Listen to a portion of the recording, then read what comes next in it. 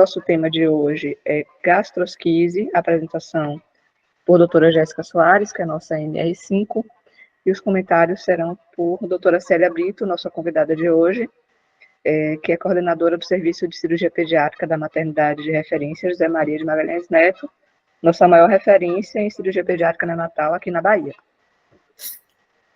Jéssica, pode começar. Vamos lá, vou começar aqui então.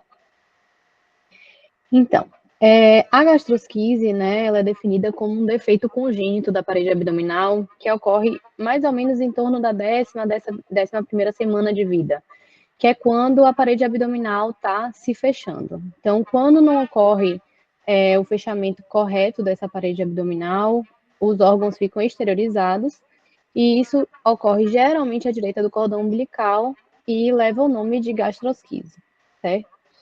Isso vai gerar o contato dessas alças intestinais que estão para fora, né, do abdômen da criança, com contato com o líquido amniótico, que vai fazer uma inflamação nas alças intestinais, que a gente chama de serosite.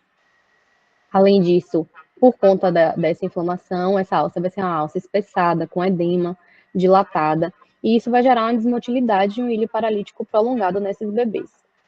A gastrosquise, ela ocorre mais ou menos de 1 para cada 4.000 nascidos vivos e tem uma grande associação com gestantes jovens, então gestantes adolescentes têm um risco aumentado de terem fetos com gastrosquise. Essas crianças também são crianças que 50% delas vão ter restrição de crescimento intrauterino, 28% têm associação com a prematuridade. Existem outras associações, né, como criptorquidia, enterocolite pós-redução, né, da gastrosquise, mas a malformação congênita mais associada com a gastrosquise é a atresia intestinal. Então, a gente também tem que sempre lembrar isso, para procurar e ficar atento nesses pacientes com gastrosquise. Em relação à etiologia, lá em 1975, foi descrito a teoria de que a gastrosquise se devia a uma rotura da membrana amniótica na base do cordão da geleia de Wharton. Em 1980, já se esqueceu essa teoria e se aventou que a gastrosquise acontecia por uma atrofia prematura da veia umbilical direita. 3 anos depois, a teoria mais prevalente era de que era de uma rotura da artéria oncolomesentérica direita, mas posteriormente, né, que é a teoria mais atual, em 2007, depois do conhecimento melhor, né, sobre a biologia molecular, celular, é que se identificou que ocorre por conta de uma quebra da remodelação vascular, que é responsável pela angiogênese, apoptose e migração celular. Então, é um erro de sinalização entre o ectoderma e o mesoderma, né? A pele do feto que está se formando, ela vem do ectoderma, né? Lembrando lá da embriologia, e a parte da musculatura e do tecido celular subcutâneo, ela vem do mesoderma. Mas os vasos que vão nutrir o ectoderma, eles vêm do mesoderma. E para que esse mesoderma, né, desenvolva esses vasos, isso depende de fatores que têm seus receptores, como a gente tem aqui na imagem, né, receptores que são receptores de crescimento desses vasos, né, receptores de crescimento vascular. Então, se existir alguma coisa que bloqueie esse crescimento vascular, a gente vai ter uma malformação, uma não formação desses vasos que vão para o ectoderma, e como não vai chegar vaso para nutrir essa pele pode não fechar, certo? E é por isso que a gente tem um defeito da parede abdominal. E aqui é importante nessa imagenzinha ressaltar que, por exemplo, o fumo, né, de tabaco, então, tem associação com a gastrosquise justamente por bloquear esses receptores de fator de crescimento vascular, certo? Em relação à prevalência da gastrosquise, ela vinha crescendo, né, nos últimos anos, até ali em torno de 2008, 2009. Diferente da onfalocele, que vinha se mantendo estável, a gastrosquise vinha crescendo bastante. E de 2010, mais ou menos, para cá, ela começou a reduzir um pouco e vem um pouco estagnada, mas ainda tem uma prevalência maior do que a prevalência de onfalocele nessas crianças. Em relação aos fatores de risco, como eu falei, né, um dos principais são mães adolescentes, né, muito jovens, às vezes a gente pega mães de 13, 14 anos de idade, o uso do tabaco, álcool e outras drogas, como eu mostrei, né, que interferem na biologia molecular e celular nessa formação uterina, intrauterina, A baixa condição socioeconômica e educacional, né, que também é um problema, o acompanhamento pré-natal inadequado, a desnutrição materna, não só desnutrição, como a mal alimentação, né, existem estudos associando gestantes que tinham uma alimentação muito com um teor de gordura muito alto e um teor proteico de alguns aminoácidos muito baixo, e houve associação com gastrosquise nos fetos dessas mães.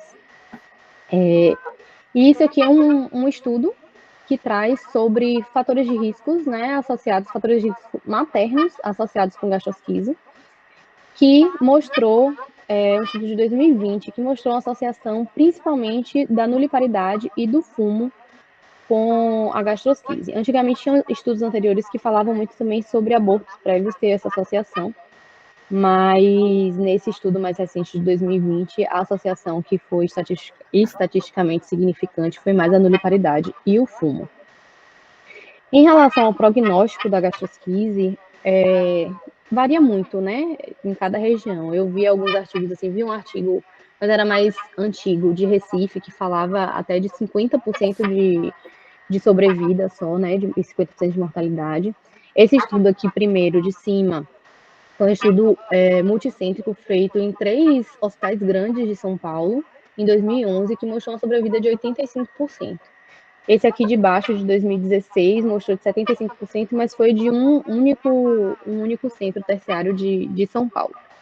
Então, é muito variável a depender da região, e a gente tem estudos de fora, né, dos Estados Unidos, mostrando uma sobrevida de até 90%. Então, a gente ainda tem algumas coisas para ajustar em relação a protocolos e tudo mais para conseguir melhorar esse prognóstico, mas é uma doença que tem um risco de uma mortalidade grande. Esse estudo daqui foi um estudo que comparou a gastrosquise, o tratamento de gastrosquise e os resultados desse tratamento durante 25 anos. Então, foram pacientes desde 1989 até 2013, e em 2002 eles introduziram um protocolo que falava sobre o diagnóstico pré-natal precoce, né? O momento do parto, a nutrição, o momento de introduzir a nutrição, quais eram a cirurgia, quando indicar o reparo primário, quando fazer um reparo estagiado, e depois dessa aplicação do protocolo que foi feito em 2002, foi visto que os pacientes que foram de 2002 até 2013, né, depois da aplicação do protocolo, tiveram uma maior prevenção de choque séptico, a diminuição dos distúrbios eletrolíticos, diminuição do tempo de ventilação mecânica, introdução alimentar mais precoce e diminuição, inclusive, da mortalidade, mesmo tendo gastrosquises mais complexas até nesse tempo mais recente. Então, isso fala também um pouco sobre a importância desses protocolos para poder melhorar a sobrevida desses pacientes. Em relação à fisiopatologia, ocorre, né, toda a fisiopatologia basicamente por conta da exposição das alças intestinais ao líquido amniótico, que, como eu falei, vai gerar esse espessamento da parede por conta da inflamação, um encurtamento do intestino. O retorno para a motilidade intestinal normal é um retorno prolongado, não só por conta da lesão dessas camadas musculares e da parede intestinal por conta da exposição, mas também por uma presença de imaturidade dos plexos mentéricos que já foi verificado nos intestinos desses bebês. Além disso, também tem uma dificuldade maior de absorção desses nutrientes. Em relação ao diagnóstico pré-natal, é importante que seja feito o diagnóstico pré-natal para a gente conseguir ter uma programação de abordagem dessa criança. Então, isso muda muito o prognóstico lá na frente, né? A gente ter tudo preparado, ter um cirurgião pediátrico avisado em sala, ter um momento do parto adequado, ter um estudo prévio ultrassonográfico para ter uma noção se existe ou não algum preditor de complexidade. Então, é muito importante que a gente consiga fazer esse diagnóstico pré-natal. Outra coisa, além do ultrassom, que pode ajudar é a elevação dos níveis de alfa-fetoproteína que estão elevados nessas mães com gastrosquise, com fetos com gastrosquise. Então, no ultrassom, é possível visualizar a gastrosquise a partir da 13ª semana, mas a confirmação é geralmente a partir da 20ª semana. A gente pode ver se esse feto tem um crescimento intrauterino restrito, a quantidade de alças que estão expostas, se tem presença de outros órgãos expostos também, como bexiga, fígado, estômago. se tem espessamento de alça maior que 50 milímetros, dilatação da alça maior que 22 milímetros, se tem presença de polidâmino, isso tudo são fatores de pior prognóstico, certo? Isso aqui é só uma imagem de ultrassom ao lado direito mostrando um feto com gastrosquise com as alças para fora da parede abdominal, certo? Aqui seria a parede abdominal, aqui a região do defeito e as alças. E aqui é um ultrassom em 3D. Então, como eu falei, é importante, né, para a programação e diminui muito a mortalidade. Não existe um marcador ecográfico confiável que defina o prognóstico. Então, assim, não existe uma coisa específica, uma comparação do tamanho de alça com o tamanho da circunferência abdominal ou algo que defina qual vai ser o prognóstico daquela criança. Mas existem estudos, como esse daqui, que fala de fatores de riscos pré-natais que influenciam no prognóstico futuro dessa criança. Então, a gente já sabe que quando tem associação com polidrâmino ou dilatação de alças intraabdominais, com presença de atresia, né, a chance da presença de atresia é maior, então aumenta a gravidade dessas crianças. E quando existe associação de dilatação gástrica, e que existe associação também de dilatação gástrica com a morte neonatal. Então, isso já são coisas que a gente acende o alerta, até para conversar com essa mãe do que é esperado e explicar para ela, né, como é que vai ser depois que essa criança nascer, os riscos que existem, né? Outra coisa que a gente vê no ultrassom é o índice de redutibilidade, que é a avaliação da possibilidade de redução primária das alças. Esse índice de redutibilidade fala sobre o diâmetro da alça intestinal, o orifício da saída dessas alças, né, junto com o cordão umbilical, e a espessura dessas alças. Então, o loop é o maior diâmetro da alça intestinal, então a gente vai pegar a alça intestinal mais dilatada que tiver e vai medir esse diâmetro. O hole, né, é do orifício, incluindo a saída do cordão, então a gente mede não só as alças que estão saindo, mas também o cordão, é esse diâmetro daqui. Vocês conseguem ver minha seta aí, né? Sim. E o thickness, que é o T, é a espessura da maior alça, que a gente vai medir a parede dessa alça. Então, a gente vai fazer essa conta daqui, que na verdade o ultrassonografista que faz, né, já manda pra gente lá o resultado, e vai dizer qual é o IR desse paciente.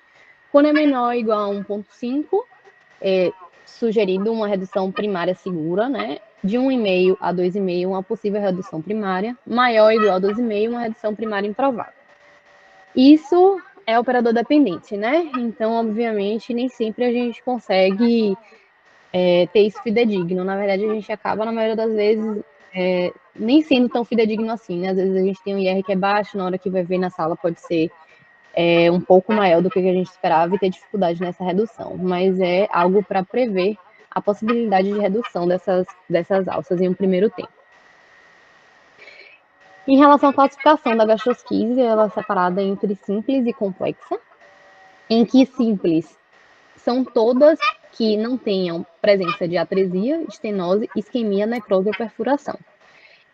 A complexa, graças a Deus, né, representa mais ou menos só 10% das gastrosquises, mas pode acontecer, né, como a gente vê aqui um quadro de necrose, esse daqui, um bebê que já nasceu ostomizado, né, com perfuração.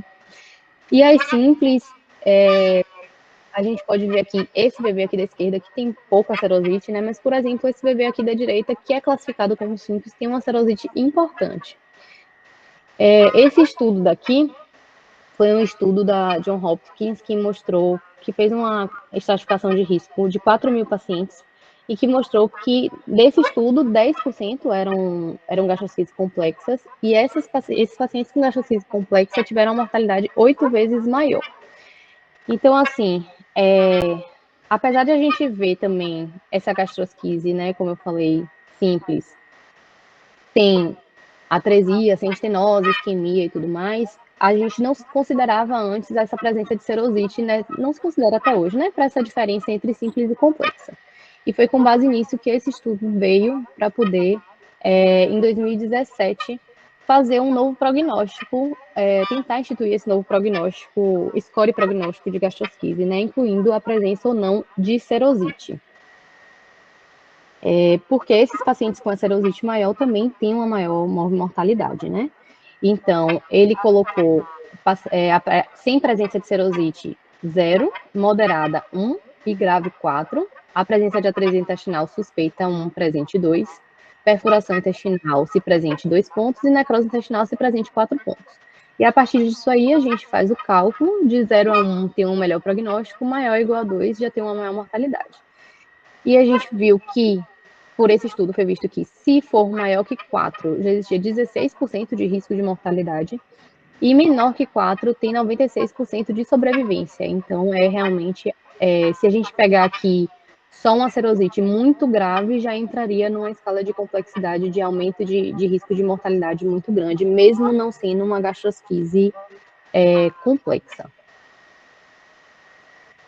Isso daqui é para poder a gente, continuando falando sobre a classificação, né, falar um pouco da gastrosquise fechada, que é conhecida como closing gastroschisis, né, que é uma forma rara de apresentação, e ela se caracteriza por um orifício muito apertado, um orifício estreito na parede abdominal, por onde sai a alça intestinal.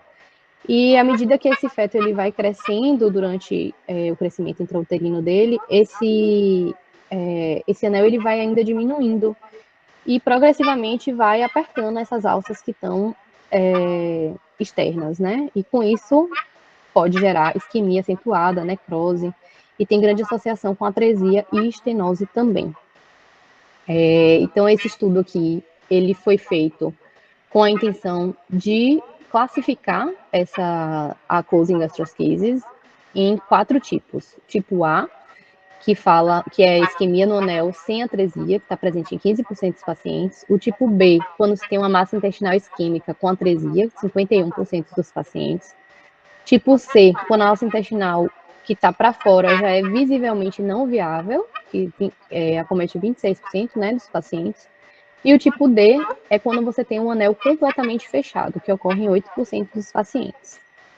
Esse estudo, ele traz também a importância de que quando a gente classifica dessa forma e que existe alguma alça que ainda seja viável, ele indica que seja feita a redução e uma reavaliação posterior, não necessariamente já seja feita a ressecção como antigamente se falava. Isso aqui é uma imagem só para ilustrar uma closing gastroschisis com a esterilização de uma atresia intestinal já isquêmica, né, necrótica. Bom, em relação aos cuidados pré-natais, a gente sabe que quanto mais tempo o bebê permanece dentro da barriga, maior exposição as alças vão ter ao líquido amniótico. Então, a partir disso, foram feitos vários estudos para se identificar qual seria o melhor momento para induzir o parto. Então, o pensamento anterior se quanto mais exposição eu tenho, eu vou ter ao líquido amniótico, eu vou ter fetos menores, vou ter intestino mais pesado, plexo entérico imaturo, maior inflamação intestinal. Então, eu vou antecipar o parto desses pacientes a partir do momento que eu não tenha tanta inflamação intestinal para eu ter menos complicação depois que a criança nascer. Então, esse estudo aqui de 2008, ele achou que o mais indicado era assim, induzir o parto antes das 35 semanas. Esse estudo aqui também, em 2008, orientava, né, esse parto antes das 36 semanas, mas hoje em dia a gente sabe que existem muitos malefícios associados com a prematuridade, né? Então existe uma mortalidade aumentada só por conta da prematuridade.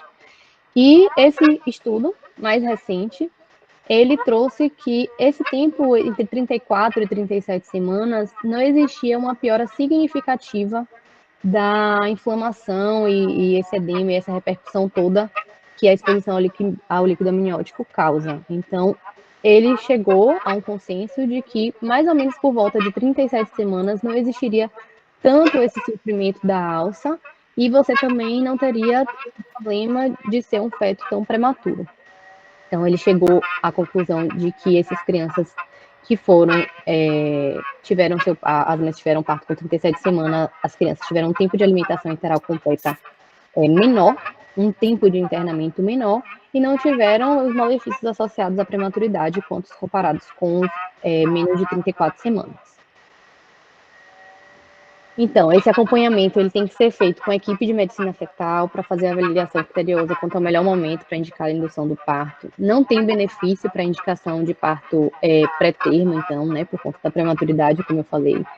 Já existe associação de piora de morbidade com fetos recém-nascidos com peso menor que 2 quilos, mas também deve-se evitar a indução tardia por conta da maior exposição das alças do líquido amniótico e maior desmotilidade. Então, a indução, hoje, o consenso maior é que seja realizada a partir da 30ª semana e o parto pode ser normal ou cesárea. Acaba, na maioria das vezes, sendo cesárea por uma questão de programação, né? Aí está a importância do pré-natal adequado e do ultrassom pré-natal e tudo mais, né? A gente ter esse diagnóstico para a gente conseguir preparar tudo para receber, tanto fazer a indução do parto no momento adequado, quanto para a gente estar preparado para receber essa criança. Então, tem que ter um cirurgião pediátrico na sala, obstetra, o material tem que estar todo pronto, separado, para poder a gente fazer essa indução por volta da 37ª semana.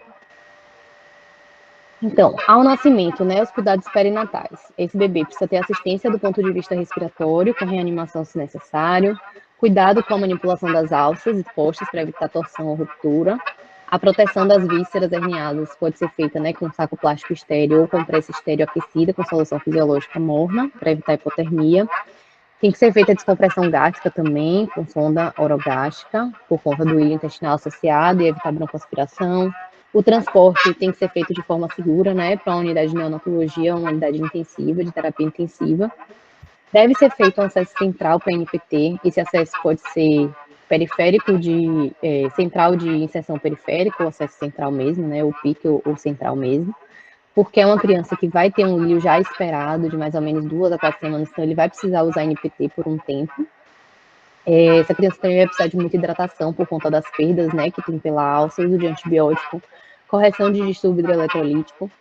E a depender do que seja realizado ali, se for conseguido fazer um fechamento primário muito tenso, ou se colocou o silo, mas ainda assim, com o tempo, está ficando mais tenso, existe a indicação de fazer um controle da pressão intraabdominal através da pressão intravesical, com a passagem de um cateter intravesical, e medir para manter essa pressão intravesical abaixo de 15 milímetros de mercúrio. Isso para prevenção de síndrome compartimental abdominal, que eu vou falar um pouquinho mais para frente. Em relação ao tratamento, né, a gente tem três opções, basicamente o fechamento primário, no momento que a criança nasce, ou o fechamento estadiado. O fechamento primário é o preferível, né, mas infelizmente a gente não consegue fazer sempre. A gente só consegue fazer quando é uma gastrosquise simples, com um grau de serosite pequeno, em que a gente consegue reduzir todas as alças sem fazer tensão importante ali na parede abdominal, justamente para evitar a hipertensão intraabdominal, né, a síndrome compartimental. E esse fechamento primário ele pode ser feito ou com sutura da aponeurose pele mesmo, ou pela técnica sutureless, que é com curativo de hidrocoloide, ou seja, não é nada suturado, é apenas feito um curativo que faz uma tensão, fazendo com que aquela região feche por segunda intenção. Existem já estudos mostrando essa técnica com curativo, mostrando bons resultados, né, da técnica com curativo, inclusive bons resultados estéticos, porque uma grande queixa desses meninos quando se tornam adolescentes é a falta do umbigo, né, muitas vezes. E tem bons resultados estéticos, só precisa ter um pouco de cuidado maior por parte do pessoal da UTI, neonatologia, porque como nos primeiros dias, né, se abrir esse curativo e tudo mais, precisa ter centro cirúrgico disponível, enfim, ter cuidado com o manuseio dessa criança. O fechamento estadiado é com a aplicação do silo ao nascimento. Existem vários tipos de silo, né? Tem gente que faz com bolsa de hemoderivado, bolsa de soro fisiológico.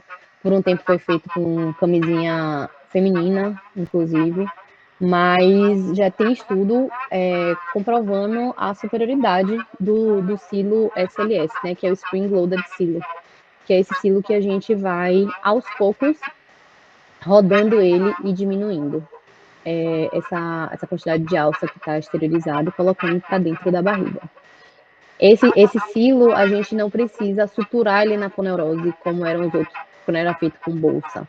Então, esse silo é um anel de silicone que se coloca e não precisa nem dar ponto na poneurose, né? E aí você vai fazendo a redução diária, todo dia, amarrando um pouquinho e baixando, até chegar na altura, né, da poneurose, para poder a gente programar no centro cirúrgico o fechamento da poneurose e da pele. O ideal é que socorra dentro de 4 a 7 dias essa redução completa, mas às vezes demora mais, pode durar até uns 15 dias aí essa redução completa. Se o paciente tiver atresia intestinal associada, você descobriu ali na hora que o paciente nasceu, você tem que avaliar como é que está a alça, né? Se tem muita serosite e qual é a altura dessa atresia.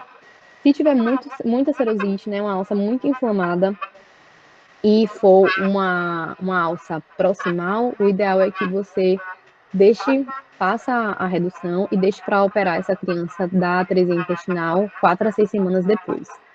Se for algo mais baixo, né, mais distal, e essa alça estiver muito inflamada, não tiver com condição de fazer uma anastomose primária, pode-se astomizar também essa criança no local da atresia.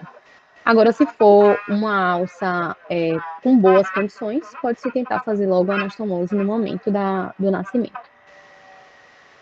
E para falar um pouquinho do Simio-Exit, né, que é a terceira forma de fechamento que a gente tem, que foi elaborada aí, né, por Dr. Javier, em 2007, ele lançou esse trabalho, que ele traz que é feita uma ultrassom semanal a partir da 30ª semana, e aí você vai programar a cesárea quando o índice de redutibilidade se aproximar de 1,5. Aí você vai fazer 3 dias de corticoide para essa criança, para maturação pulmonar, para poder induzir o parto. Os critérios de exclusão para o Simio-Exit que ele coloca, absoluto é só HIV positivo, e relativo quando o IR é maior que 2,5 e tem presença de outras malformações associadas. Ele orienta que o centro cirúrgico esteja aquecido a 26 graus, que tenha aspirador, né, para aspirar o feto separado. Anestesia regional, que vai ser com hack ou peri para fazer a cesárea, tem que ser feita com remifentanil em BIC, entre 0,07 a 0,1 micrograma por minuto, e deve ser iniciada 15 minutos antes do procedimento. É feita também em chupeta ou similar com açúcar, para acalmar a criança. Pinças protegidas para o intestino neonatal, oxímetro estéreo para monitorizar o procedimento, berço aquecido completo, a menos de 2 metros da mesa da cesárea, fio de sutura para poneurose e pele, e agulha fina de locaína para anestesia local. Então, isso é o que ele coloca de necessário para fazer o procedimento. O que acontece é que é feito remifentanil para a gestante, para que isso passe através do cordão umbilical para a criança, e antes de clampear esse cordão umbilical e separar o recém-nascido da mãe, esse remifentanil vai ainda estar fazendo efeito na criança e a gente consegue fazer essa redução. Então, é primeiro feita a raquianestesia, retirada do RN, colocado sobre a mãe no campo estéreo. Um dos obstetras vai ficar palpando a pulsação do cordão umbilical. Aí a gente vai fazer ainda lá, com o cordão, antes de clampear a redução, primeiro do cólon, depois do delgado, sempre ordenhando para tentar colocar esse líquido mecânico tudo para fora, para a gente conseguir reduzir mais facilmente. Se tiver estômago, tem que reduzir primeiro o estômago. E o clampeamento do cordão ele é feito ou quando você consegue terminar de reduzir tudo, ou quando cessa a pulsação. Então, se cessar a pulsação antes, clampeia o cordão, tira. Se não tiver conseguido terminar de reduzir, a gente vai levar para a mesa e vai fazer a reanimação neonatal primeiro, para depois continuar o procedimento. Leva para a mesa de reanimação, faz a passagem da sonda orogástrica, e se tudo der certo, né, se conseguiu reduzir direitinho lá, vai infiltrar a parede abdominal para poder fazer o fechamento com sutura, ou isso é como ele coloca, né, mas hoje em dia a gente pode fazer também com curativo. Aqui é uma imagem do primeiro Simio-Exit que foi feito lá na maternidade, com a doutora Célia aqui participando. Não me corrija se estiver errada depois, doutora Célia, mas pelo que eu vi foi o primeiro que foi feito, isso aí. E em relação aos cuidados pós-operatórios, esse paciente precisa ir para a UTI, certo? Para ter os cuidados pós-operatórios em UTI. É um paciente que vai ficar sedado ou curarizado, a depender do que foi feito realmente o procedimento, né? Então, se foi feita uma redução primária, pode não precisar do curário, mas muitas vezes quando a gente coloca o silo, a gente precisa que essa criança esteja bem relaxada para a gente conseguindo reduzir essa alça e que o abdômen não esteja com a parede tensa para poder conseguir aceitar, ser complacente à entrada dessas alças. Então, é uma criança que geralmente permanece entubada aí isso aqui é uma média, certo? De 3 a 7 dias, mas pode ser até mais. É uma criança que precisa de um acesso central, né? Como eu falei, seja por PIC ou por acesso central venoso mesmo, para antibiótico, hidratação, NPT, correção de tubo eletrolítico. Se tiver tensão abdominal, tem que manter a medida da pressão intravesical, manter uma sonda orogástrica aberta, porque essa disfunção pode durar até 4, 6 semanas.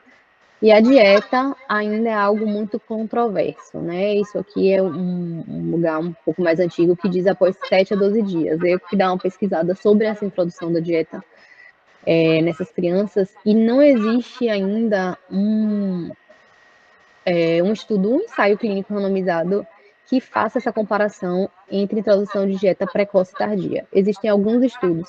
Esse estudo aqui é um estudo de 2017 que fez uma revisão de literatura sistemática da introdução precoce da dieta e que viu benefício em introduzir precocemente essa dieta.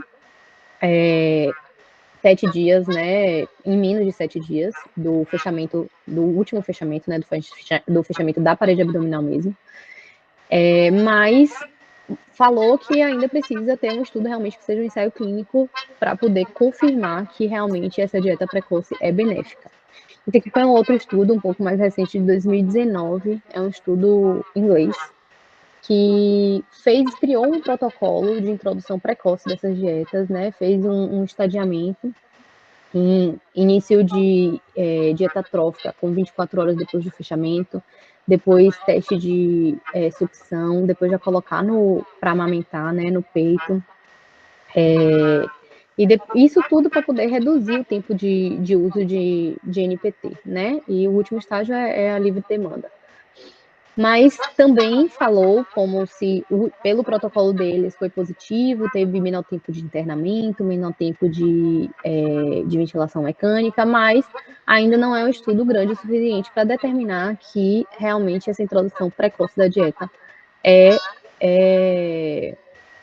deve ser instituída, né? Então, a gente ainda segue muito também pelo débito da sonda orogástrica hoje em dia para ver o momento que esse bebê tolera a introdução dessa dieta, porque as alças têm alguns bebês que têm essa serosite muito importante, essa inflamação muito importante de desmotilidade, então ainda é algo que não existe um protocolo 100%, né? Em relação às complicações precoces, síndrome compartimental abdominal, infecção de ferida operatória, infecção urinária, então as infecções de forma geral são a complicação, né, mais importante e mais frequente, que essas crianças ficam internadas por muito tempo.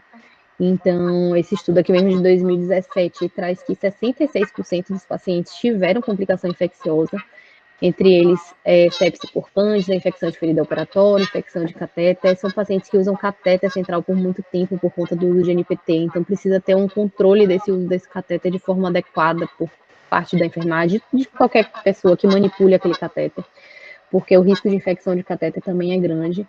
E cada complicação infecciosa dessa aumentou em média 4 dias de internação. Então, a gente realmente abriu o olho para os cuidados no pós-operatório desses pacientes pelo risco grande de infecção.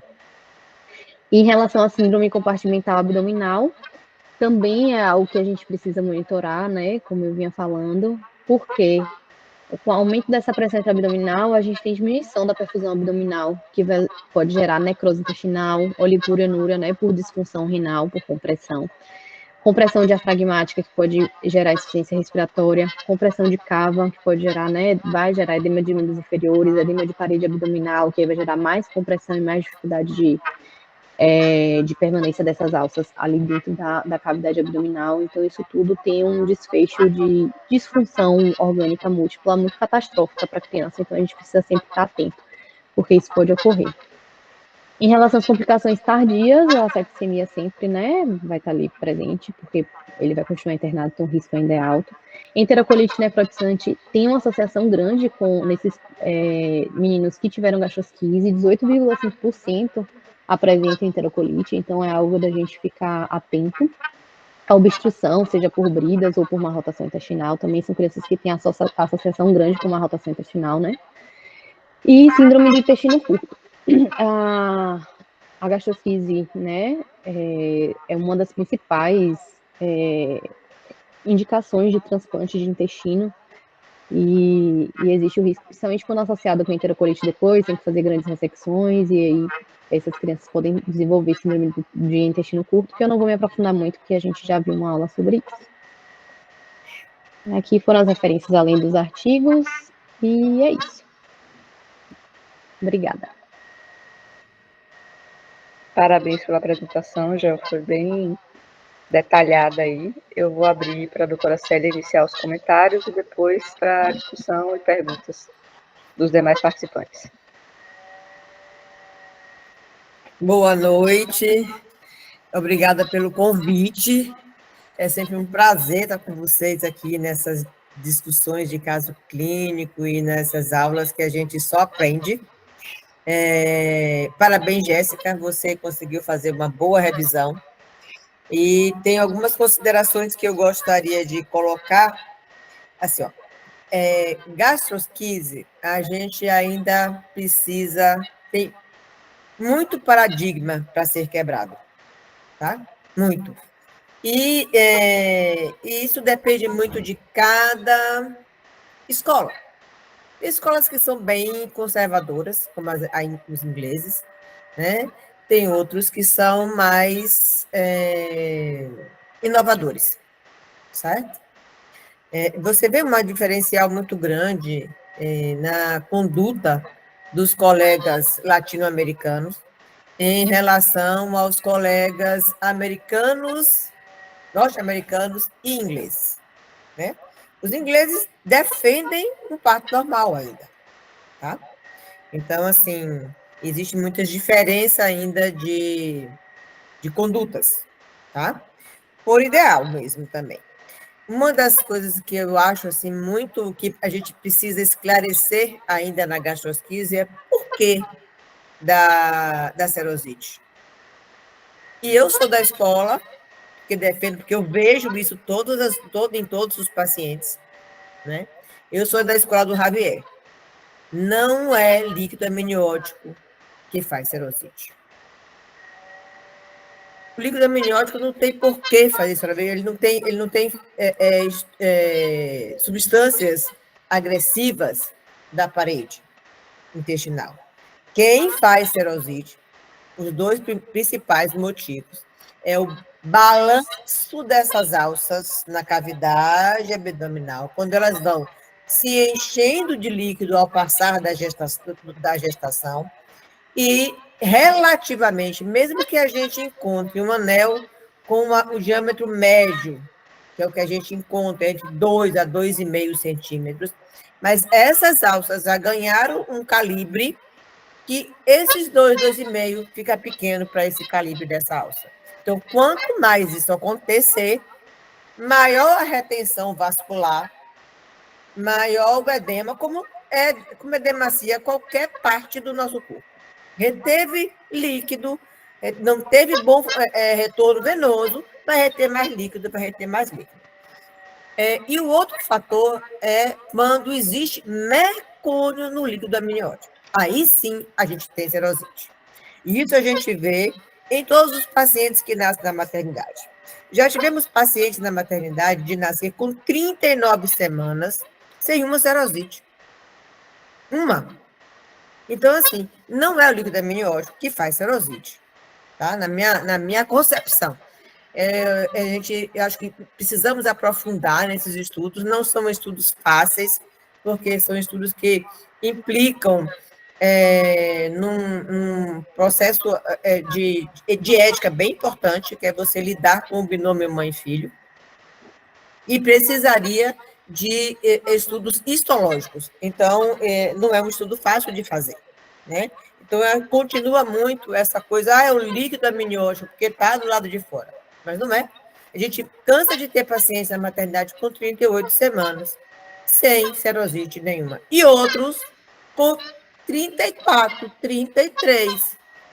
Até menos que isso, que a gente já teve paciente, menos que isso na maternidade, ter serosite. Então, é muito relativo. Minha gata perturbando aqui. A incidência também é um pouco... Como a patologia ela tem um fator socioeconômico ambiental, você vê uma incidência aqui relativa, diferente entre países, entre localizações. Tá? Existem locais que têm muito mais gastrosquise, como México, América Latina, dentro da América Latina, o Brasil, tá? E outros que têm baixo. Por exemplo, a Colômbia, né, tem tido menos casos de gastrosquise e mais casos de onfalocele, que é o que a gente vê o abelho lidar com muito mais onfalocele do que com gastrosquise, tá? Então, isso é muito relativo. A dosagem de alfa-fetoproteína, ela está aumentada em muitas patologias congênitas, não só na gastrosquise. Então, isso não define um parâmetro de diagnóstico ou um parâmetro de perspectiva dentro da patologia, né? Outro paradigma que precisa ser quebrado é que gastrosquise não tem fígado no defeito. Todo defeito abdominal sugestivo de gastrosquise e que tem fígado não é gastrosquise. É a patologia, que é o body stalk, que pode ter graus menos graves e graus extremamente graves. Na maioria desses defeitos, o bebê não sobrevive, tá?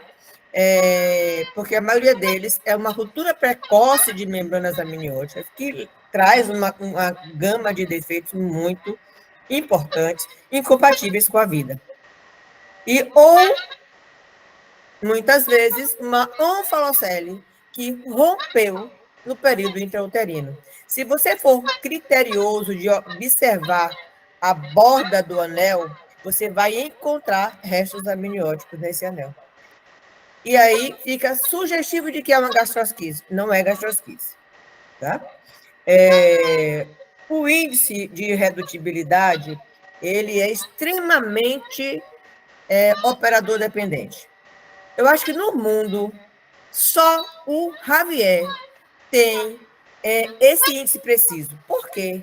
Porque ele vem há anos, ele mesmo acompanhando ultrassonograficamente os seus pacientes.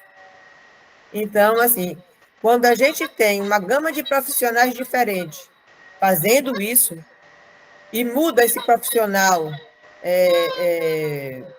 a gente vai ver que a gente topa com resultados que não correspondem na hora que a criança nasce, né?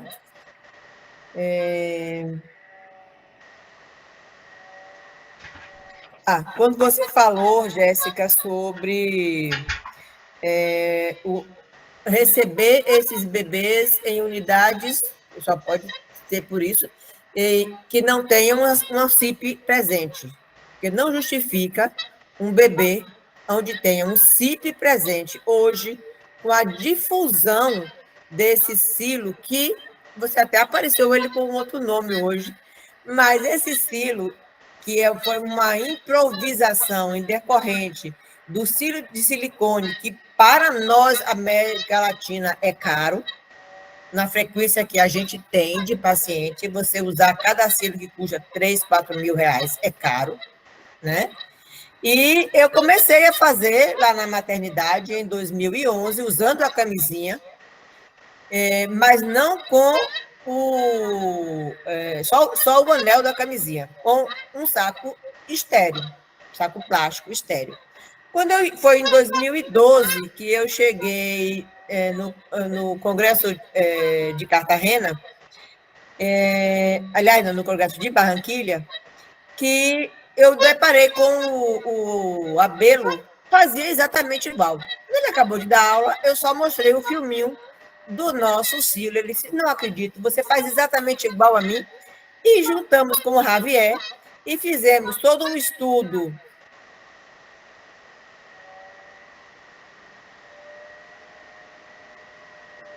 de borracha ou de silicone, que a gente pode reesterilizar, e um saco plástico de polipropileno, por ser mais resistente não é permeável, muito menos do que o saco plástico comum, e mais transparente. Então, a gente tem a condição de ter uma avaliação muito melhor dessa alça, né? Esse cílio se chamou ABS, exatamente Abelobritro esvestliza, e hoje em dia quase todo mundo na América Latina tem usado. Muitos colegas, às vezes, improvisam isso de uma outra forma, com outro tipo de saco plástico ou de anel, em decorrente de suas comissões de controle de infecção não permitirem, né, a CCIH não permitiu a reesterilização, mas a maioria é feito desse jeito e é reesterilizado, e isso não tem sido fonte de infecção local. Tá? Então, compressa, hoje em dia, é abolido completamente. O que eles fizeram na Colômbia, que eu achei extremamente interessante, e hoje dificilmente chega uma criança com seu intestino exposto. Eles divulgaram, o Abello teve o trabalho de divulgar a colocação do silo para a maioria dos neonatologistas, porque é um procedimento simples colocar o silo lá dentro. E aí você transfere o paciente, se você não sabe manusear esse paciente. Mas aí a alça e a cavidade está praticamente fechada. Tá? A alça não está exposta, você perde muito menos líquido e, assim, é muito mais seguro do que você botar uma compressa, que esfria sim. Hoje em dia a compressa não se coloca mais exatamente, porque a compressa úmida, ela gela o paciente. Quando você não tiver condição nenhuma, coloque o bebê todo dentro de um saco plástico estéril, vede na altura do tórax, mas é vedar. Esse saco plástico não pode ser aberto por nada, fora do cirurgião pediátrico. O que acontece é que as pessoas, fez xixi, aí tira o saco, fez cocô, tira o saco. Não, mas quando o xixi daquele momento é estéril, não tem que ficar mexendo. Quer pegar veia, tem que pegar veia nos bracinhos, não pode pegar veia nos membros inferiores, entendeu? E aí sim, você transfere o mais rápido que puder, dentro de condições mínimas ideais, de temperatura, de hidratação, de colocar o bebê do lado direito para manter a vascularização das alças intestinais, com mais segurança. Então, mas hoje em dia, assim, não deveria mais acontecer isso, porque o melhor transporte para o bebê é o útero materno. Então, essa mãe tem que parir numa unidade onde tem a cirurgião pediátrica, né? Então, isso é que a gente tem que pregar daqui para frente, inclusive com os próprios neonatologistas que precisam perder o medo de lidar com isso, né? O neo que está lá naquela sala de parto, ele precisa ter esse treinamento. Acho que isso é uma importância e que uma responsabilidade, inclusive, da Associação Brasileira de Cirurgia Pediátrica. Quanto ao síndrome compartimental, todos os trabalhos falam na medida da pressão intraabdominal, né? Mas não existe real valor para a medida da pressão abdominal no recém-nascido. Não existe nenhum trabalho que prove que a pressão abdominal do recém-nascido é de 15 milímetros de mercúrio. Essa é uma coisa transferida da criança maior e do adulto para o recém-nascido. Então, assim, já outro dia, o nome dele, do Martagogesteira. Esqueci o nome do colega. Ele deu uma aula onde ele mostrava trabalhos científicos que, às vezes, 5 milímetros de mercúrio para determinado recém-nascido era uma pressão abdominal importante para causar repercussão respiratória ou hemodinâmica. A gente mede muito pouco a pressão intraabdominal aqui na maternidade, porque a gente decidiu, por experiência de evolução dos nossos casos, não forçar a redução dessas alças para a cavidade abdominal. A redução de alça para a cavidade abdominal é continente conteúdo. Então, às vezes eu não tenho serosite, mas eu tenho um bebê que é extremamente pequeno, como os nossos muitas vezes são, de 1 quilo e pouco, e não tem cavidade abdominal. É aquele bebê longilíneo que a cavidade abdominal é pequena. Isso é frequente no paciente longilíneo. Aquele paciente redondo tem sempre cavidade abdominal compatível com a redução, né? Então, a gente sempre opta pelo cilo e redução desse cilo até 5 dias de vida. Intubação de gastrosquise, não. Só. A gente só intuba e só relaxa. Quando a gente tentou a redução naquele paciente que tem serosite e que essa serosite não está impedindo de fazer essa redução. Então, quanto mais tempo ele demorar para reduzir, mais prolongado será o seu internamento. Então, nesses casos, a gente acaba fazendo a intubação com o uso do curare, mas é para ser evitado isso. A técnica é para não intubar o paciente. O ideal é não ser anestesiado, na verdade, em momento algum da vida dele, durante o tratamento da gastrosquise. Esse é um dos parâmetros da técnica do Similexit, né?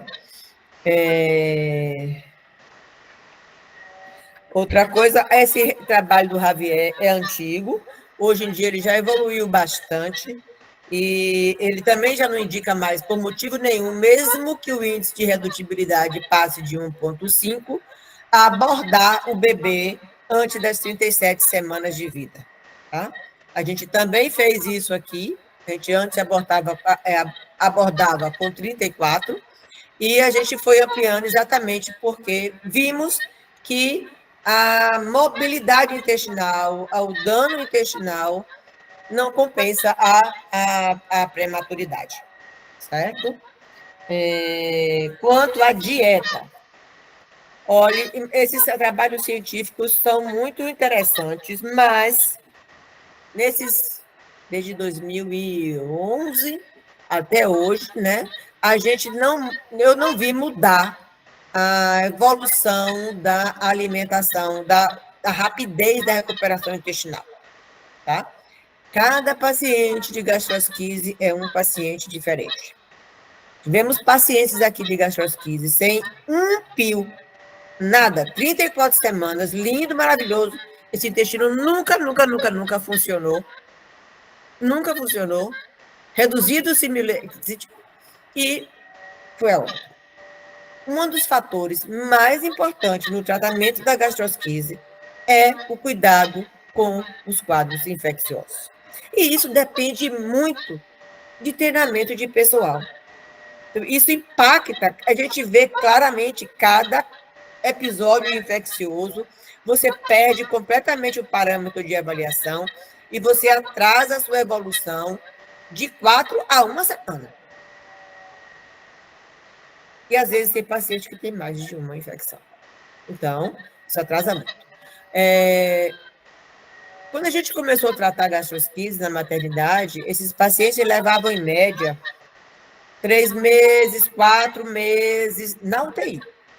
Hoje, a nossa média na UTI de liberação para o andar, para treinamento de sucção e etc., é em torno de 30 a 40 dias. Tá? E assim, eu já tive paciente com pio intenso, de não conseguir incubar sequer para ele ser absorvido, de eu ter que abrir o meso para aquele líquido drenar, o paciente drenou 300 ml de líquido na sala só do meso. Tinha atresia associada, estava perfurado, inclusive, e comeu com 20 dias. Então, é muito relativo ainda. Tem alguns fatores que ainda precisam ser esclarecidos dentro dessa patologia, que a gente não tem esse domínio. Mas infecção é um fator realmente impactante no tratamento da gastrosquise. Mas a gente alimenta esses pacientes, fechou o abdômen, a gente bota eles no seio materno, com sonda aberta. Porque não adianta você querer dar alimentação nutritiva de 1 ml, 2 ml, a quem tem 100 ml de resíduo gástrico. Não tem, você vai correr o risco desse bebê aspirar? É correr o risco desse bebê aspirar. Entendeu? Ou ele tem que estar com um resíduo compatível com a condição de alimentar. Não adianta insistir. Então, a gente bota no peito, sim. Por quê? Porque você estimula a mobilidade intestinal com a sucção, né? Isso já está provado. Até para adulto a gente dá chiclete para mascar. Então, é provado que mastigar, que essa sucção estimula a peristalse, né? E também para colonizar melhor esse intestino, que ele tem todos os fatores para translocar. Ele tem um catéter central, ele tem um intestino parado, né? E ele está usando antibiótico. Então, ele tem 3 fatores muito importantes para a translocação. Então, ainda acho que tem paradigmas a serem quebrados, que tem estudos que precisam ser feitos, mas que a gente já evoluiu bastante, o mundo inteiro, no tratamento dessa patologia. Como você disse, já teve um pico muito mais alto, e foi exatamente nesse pico alto que foi colocado como se gastrosquise fosse uma pandemia, porque todos os pacientes de gastrosquise ficavam muito tempo internados e consumiam um valor que era, assim, exorbitante. O trabalho que eu li era uma média de $300 mil por paciente. Então, é muito caro, certo? E isso virou uma condição de saúde pública local para todo mundo repensar nessa patologia, porque estava um volume mundial muito aumentado e com um custo bastante alto e uma mortalidade também alta. Porque a patologia em si tem baixa mortalidade, mas tem uma alta morbidade. Entendeu? É aderência, são bridas, aderência, malrotações, enterocolite, e nós não temos, se eu não me engano, nós temos um paciente na maternidade, nesses anos todos, com enterocolite, por gastrosquise. O mundo todo fala de enterocolite e de intestino curto. Essa não é a nossa realidade na maternidade. A gente só teve alguns episódios de intestino curto, mas que não decorrentemente da própria patologia da gastrosquise, mas algumas aderências ou necroses por aderência, mas assim, ou aquele paciente que, apesar de não ter intestino curto, ele tem síndrome desabsortivo, né? Mas não é porque o intestino ficou curto, certo? E enterocolite, a gente não é a nossa realidade, a gente não vê. O que a gente vê é infecção e aderência, que são os motivos da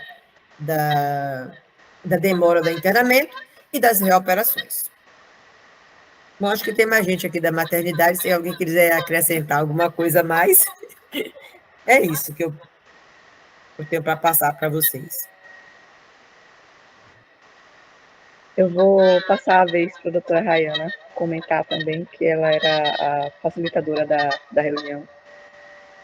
Pode comentar, doutora Ray, dá os pitaquinhos. Os pitaquinhos. Boa noite. Eu terminei me enrolando um pouquinho essa questão aí do meu tio estar internado. Eu tive que voltar no São Isabel.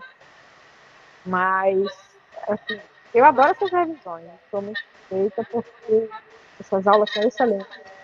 Aliás, você fez uma revisão muito boa, Jéssica, muito boa mesmo. Objetiva, muito concisa.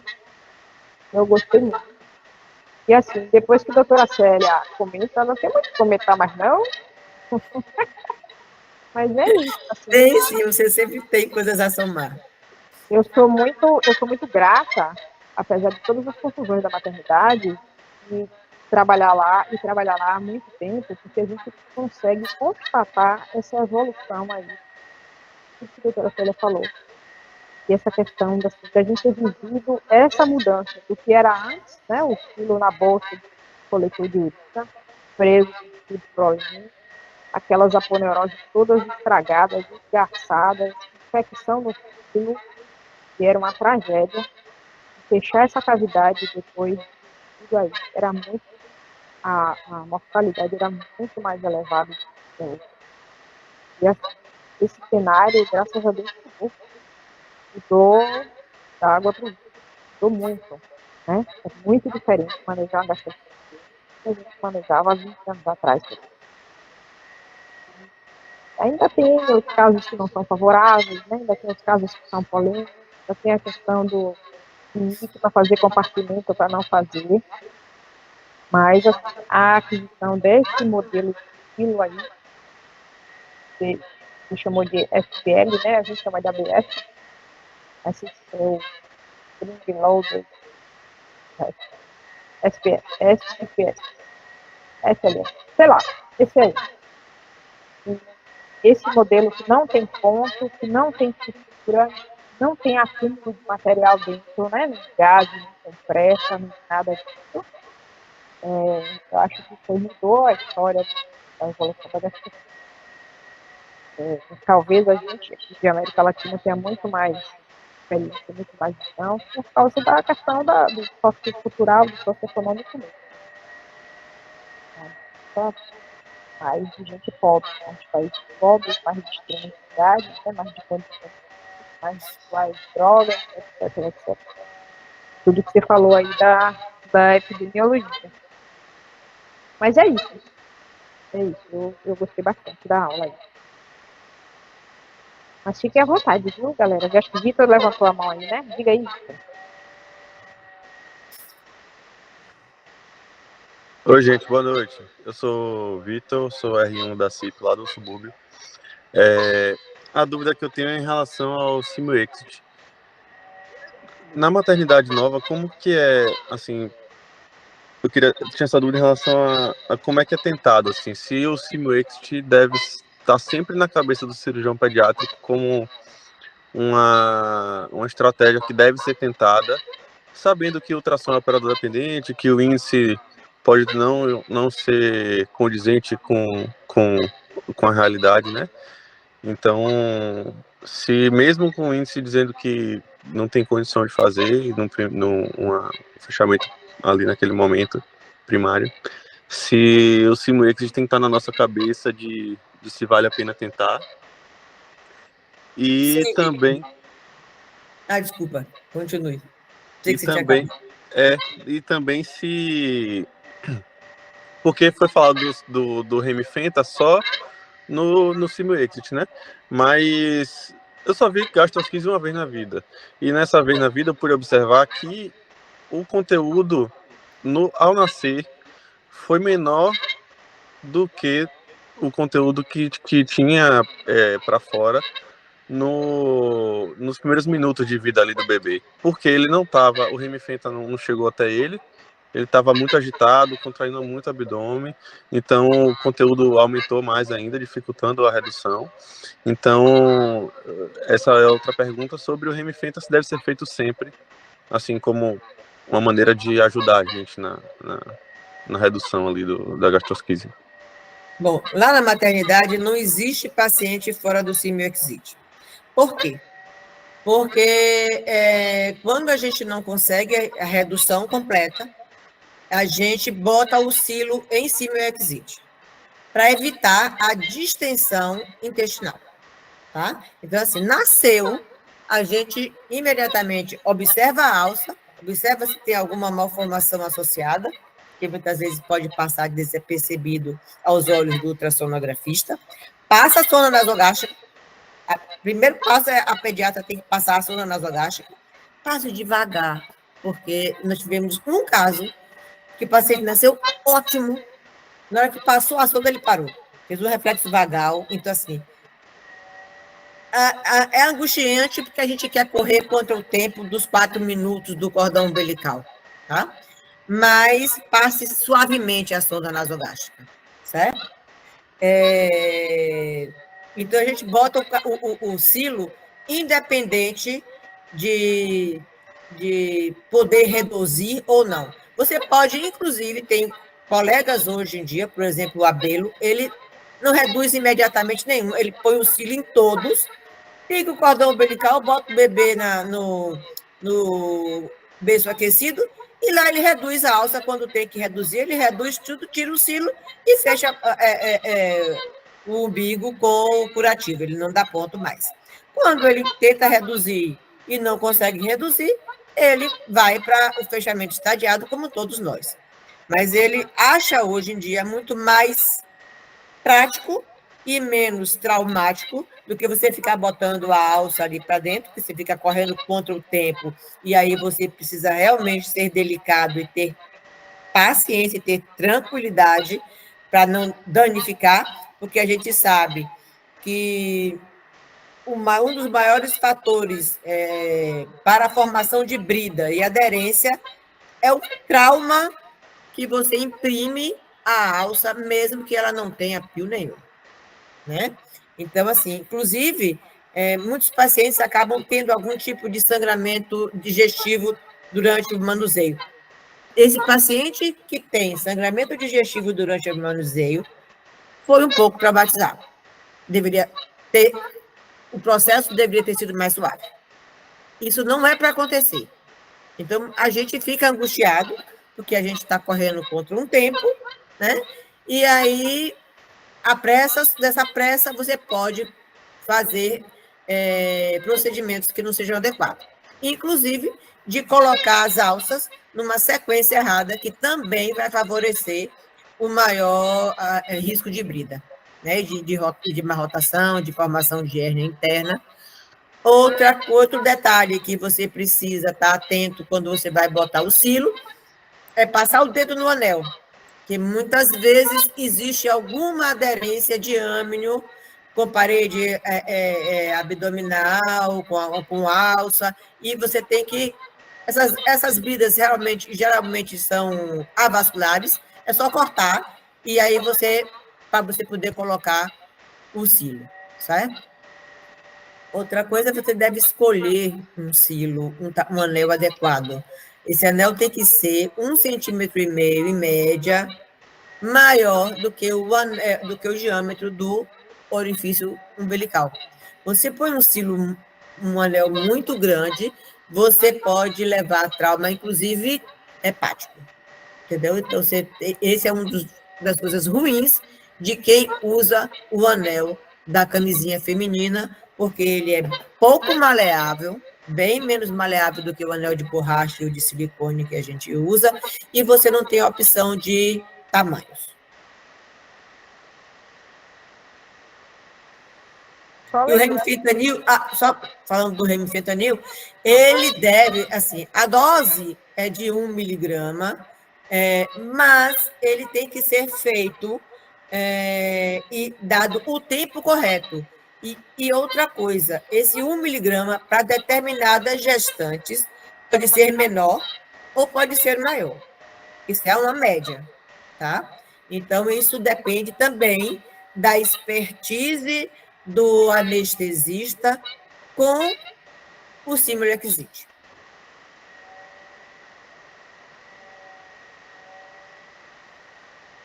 Eu só ia... Oh, desculpa, Ami, pode falar. Não, rapidinho.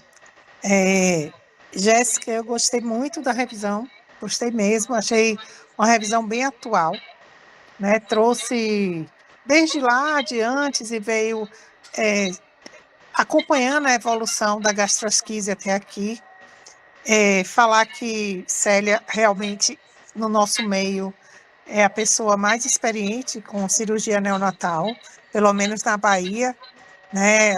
A gente não tem nenhum prurido em falar, porque é a pura verdade, é ela quem comanda a cirurgia neonatal na Bahia, e não é à toa, né, que ela tem um reconhecimento internacional também, criando ferramentas que facilite, porque realmente ela gosta, se dedica à cirurgia neonatal. E, assim, dentre esses artigos que você buscou, e Celinha também, se tiver, existe alguma coisa relacionando infecção materna a um pio maior? Uma serosite maior e tal? Nunca li. Assim, Nunca a gente li. pensando fisiologicamente, né, pela transmissão transplacentária e tal, e que sabendo que as infecções tem uma recorrência nos pacientes com gastrosquises, e daí também fora da mãe, né? E também sabendo que infecção urinária durante algum tempo foi um sinal muito frequente nas mães com gastrosquises, infecção urinária na gestação. Eu não sei, me deu um estalo se existiria alguma associação, entendeu? Acho que a gente pode aprofundar esse estudo, né? Uma coisa mais A simples de ser gente feita. sabe que a infecção materna, é lógico que Sim, é um fator de risco de infeccioso para o bebê, né? De uma sim. forma geral. Mas eu digo assim, quando eu disse não, eu nunca li nada assim, a infecção materna aumenta a infecção especificamente no paciente com gastrosquise, entendeu? Mas a gente pode começar a buscar isso aí. Talvez associar aquele bebê, filho de mãe, que teve infecção, ele tem uma serosite maior, tem um pio maior ou não, entendeu? São A gente casos nunca mais viu, tranquilos. não tem visto assim essa relação, não, sabe? Não foi Talvez também porque tranquilo. não está, Não tinha nunca buscado. foi. Exato, exatamente. Me acendeu assim essa dúvida, e realmente, como eu não tenho mais o contato direto com recém-nascido, né? Não, fiquei meio perdida. E Nesses artigos de fator de risco materno, eu vi até diabetes gestacional também, obesidade, inclusive teve um artigo que colocou obesidade como protetor, mas não vi nada falando sobre Tem infecção materna. essa coisa da obesidade como protetor, mas é também assim bem interrogado dentro de muitos outros estudos, né? Porque não justificaria, não tem muita explicação óbvia, Verdade. né?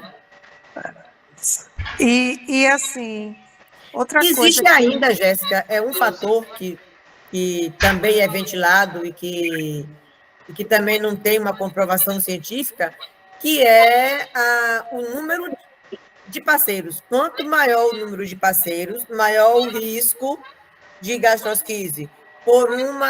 É como se fosse por uma hipersensibilização, entendeu? Para ter esse fator como desencadeante. Mas também não tem nada provado. Outra coisa que fica claro com a sua apresentação, Jéssica, e com os comentários de Célia e tudo, de Rayana, é que gastrosquise não é uma doença para ser tratada unicamente pela cirurgia pediátrica, né? É uma equipe multiprofissional treinada e envolvida no tratamento dessas crianças, desses bebês. Então, como várias outras patologias, mais uma que reforça a necessidade de uma equipe multidisciplinar treinada e alinhada com o mesmo objetivo, com o mesmo conhecimento, vamos dizer. Você vê que o doutor foi Abelo, né, que foi treinar, ou foi Javier? Javier. O Javier foi expandindo o conhecimento em toda a área de atuação em prol de um prognóstico melhor para essas crianças, né? Então, isso é muito bonito. Eu acho assim, merece um prêmio.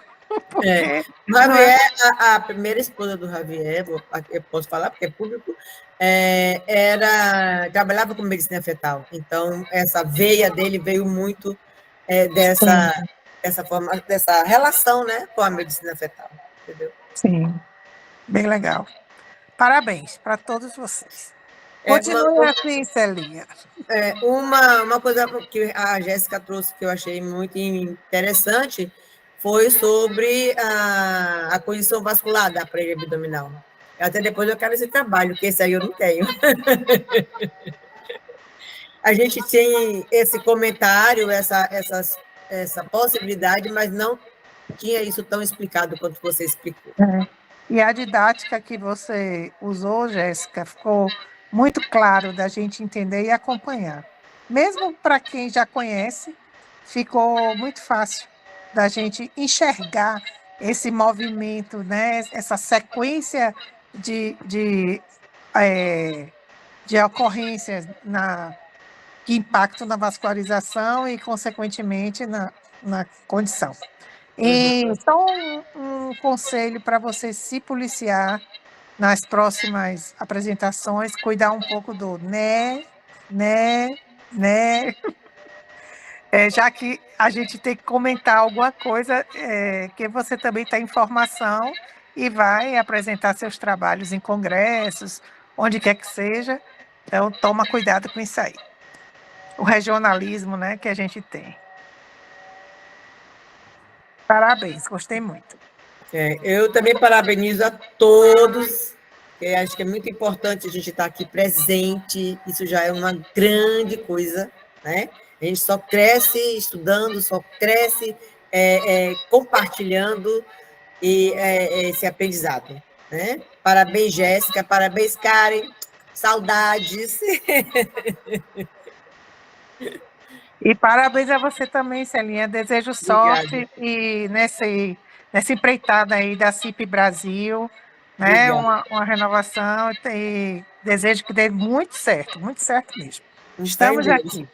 Viu? Fé em Deus. Obrigada. Isso aí, né? Eu queria fazer um comentário aqui de que não tem muito tempo que acabou a residência e que passei uma temporada boa lá na maternidade.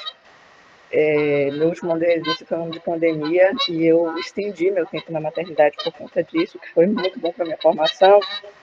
E pouco tempo depois de nada, já trabalhando em outros locais, tive a oportunidade de acompanhar bebês de gastrosquise em outro serviço. E para mim, na época, como terminando a residência, ficou muito claro de como a condução de gastrosquise na maternidade, de fato, muda o prognóstico dessas crianças. E uma coisa que até hoje eu levo para mim, assim, da importância desses bebês, de fato, não serem anestesiados, né? Como a doutora Célia falou, depende muito da escola. Como você vai tratar a gastrosquise depende muito da escola. Tem colegas que ainda hoje preferem optar por fazer a cirurgia na sala ao lado, receber o bebê, intubar, anestesiar e fazer um fechamento tradicional da parede abdominal. Isso vai significar que o paciente vai ficar intubado no pós-operatório e exposto a outros riscos associados também a essa intubação, que muitas vezes acaba sendo prolongada, porque os neonatologistas muitas vezes não se sentem seguros de intubar um paciente com essas questões de risco de hipertensão abdominal e essas outras questões hemodinâmicas que também são envolvidas. E o fato de se evitar essa intubação e de se fazer esse procedimento, evitando a anestesia, muda muito o prognóstico dessas crianças, muda mesmo, assim. E isso, para mim, sedimentou na minha formação de como eu realmente gostaria de aplicar fora da maternidade, né? Sempre que possível, obviamente. Como a doutora Miriam e a doutora Célia sinalizaram, a cirurgia neonatal, de um modo geral, depende muito de uma neonatologia forte, que trabalha junto, com parceria, e isso muda também, né, o prognóstico dos pacientes. E em conjunto, no caso do Simil-Exit, como o Vitor também perguntou, uma anestesia, uma equipe de anestesiologia que também conheça o procedimento, que também seja parceira, né? Uhum. Então é isso, é só reforçando isso, que de fato, o fato do paciente não ser anestesiado muda bastante, muda muito o prognóstico para ele, é um fator muito bom. Verdade. Excelente aula. Obrigada aí, doutora Célia, mais uma vez. Só perguntar uma coisa rapidinho, doutora Célia. Eu vi bem por cima, assim, uns artigos, e agora a senhora explicando sobre a não influência, né, do líquido amniótico ali nas alças, acho que ficou até um pouco claro. Mas eu queria saber se você já viu alguma coisa sobre amnion exchange, né, que faz em medicina fetal de troca desse líquido amniótico na intenção de diminuir esse grau de inflamação, porque eu dei uma olhada por cima e realmente parecia não ser assim 100% ainda, né? E aí depois você ainda trouxe essa explicação de não ter tanta influência na serosite. E a aplicação de célula-tronco também, eu vi algo relacionado a isso, né, em relação à medicina fetal. Eu acho que a medicina fetal precisa evoluir muito. Foi tentado no Brasil há 3 anos, acho que mais ou menos isso. No Einstein, um fechamento em medicina fetal, né, fechamento pré-natal, fetoscopia, né? Fetoscopia desse defeito, mas incorreu num insucesso porque isso desencadeou um parto prematuro e Isso, tanto que não seguiu-se nisso ainda. Então, eu acho que esse pode ser um passo futuro, pode, com fé em Deus que seja, né? Mas eu acho que a medicina fetal ainda precisa evoluir muito nesse sentido, porque o risco-benefício da intervenção fetal num paciente que, quando bem conduzido, na maioria das vezes, tem um bom prognóstico, né? Tanto que nos países desenvolvidos, gastrosquise é motivo de parto, como é que diz, de interrupção de gestação, né? E a gente sabe que isso não tem mais justificativa, né? Então,